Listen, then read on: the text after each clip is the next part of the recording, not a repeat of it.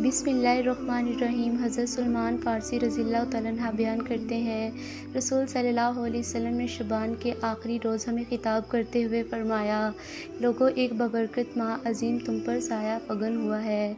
इसमें एक रात 1000 महीनों से बेहतर है। अल्लाह ने इसका रोज़ा फ़र्ज़ और रात का क़याम नफ़ल करार दिया है। जिसने इसमें कोई नफ़ल काम किया तो वो उसके अलावा बाकी महीनों में फ़र्ज़ अदा करने वाले की तरह है, और जिसने इसमें फ़र्ज़ अदा किया तो वो इस शख्स की तरह है जिसने इसके अलावा महीनों में 70 फ़र्ज़ अदा किए।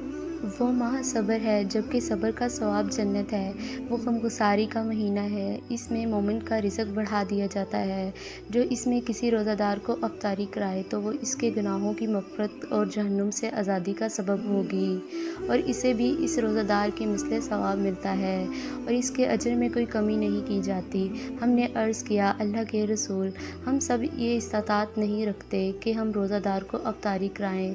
तो रसूल सल्लल्लाहु अलैहि वसल्लम ने फ़रमाया, अल्लाह ये सवाब उस शख्स को भी अता फ़रमा देता है जो लस्सी के घूंट या एक खजूर या पानी के एक घूंट से किसी रोज़ादार की अफ़्तारी कराता है।